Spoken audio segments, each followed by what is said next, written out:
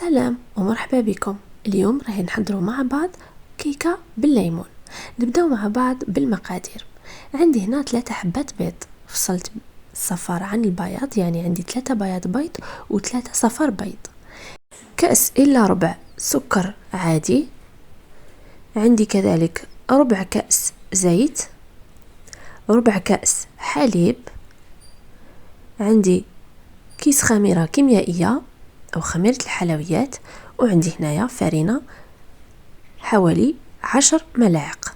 نبداو هنا نحط بياض البيض، أنا كما قلت لكم هنايا 3 بياض بيض، ونضربهم بالباتور حتى نتحصلوا على هذه النتيجة، يعني حتى يطلع معايا البياض. نخلي بياض البيض جانبا، ونجي في إناء واحد آخر نحط صفار البيض، نزيد معاه سكر العادي،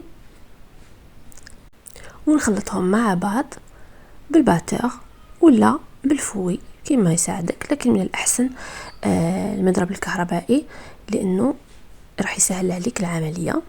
هنا بعد ما تحصلت على الخليط الكريمي هذا راح نضيف الزيت تدريجيا، نحاول نقسمه على 3 أو 4 دفعات ونخلط في نفس الوقت بهذا الشكل هكذا.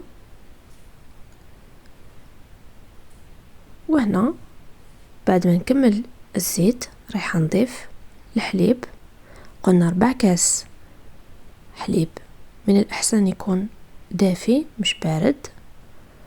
ونضيف هنايا الفرينة، هنا الفرينة كما قلت عندي حوالي 10 ملاعق فرينة هكذا، وإذا خص أكيد كل واحدة على حساب البيض نتاعها. ضفت هنايا كيس الخميرة الكيميائية أو خميرة الحلويات، ورايح نكمل بالباتور نخلط. هنا رايح نضيف بياض البيض اللي كنا طلعناه وحطيناه جانبا، ورايح نضيفه للخليط. هنا نستغناو على الباتور ونبداو نخلطه برك بالمغرف في اتجاه واحد حتى ندخلو كامل بياض البيض هذاك في الخليط الاول. انا جبت هنا هذا القالب، انت تقدري تستعملي القالب اللي يساعدك. كنت دهنته بالزبده وغربت له من الفوق الفرينه.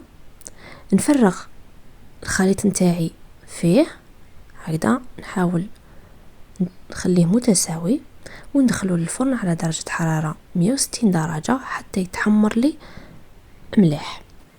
نبداو نحضروا الكريمة. انا هنا خديت كسرونة، درت فيها 2 بيضات، درت معاهم ربع كاس سكر عادي. نخلط هاد 2 مكونات مع بعضهم، ونضيف لهم هنا حوالي 5 ملاعق ليمون او عصير ليمون، ونحطهم فوق النار. كي يبداو يتقالوا لي هكا شويه نحيهم من النار ونضيف لهم قطعه زبده صغيره هكذا ونخلط. هنا بعد ما خرجت الحلوى تاعي من الفرن درت عليها شويه سكر غلاس او سكر ناعم، وحطيت لها الكريمه في الوسط وزينتها بورقه نعناع. شوفوا ما شاء الله، صدقوني جمال وبنه.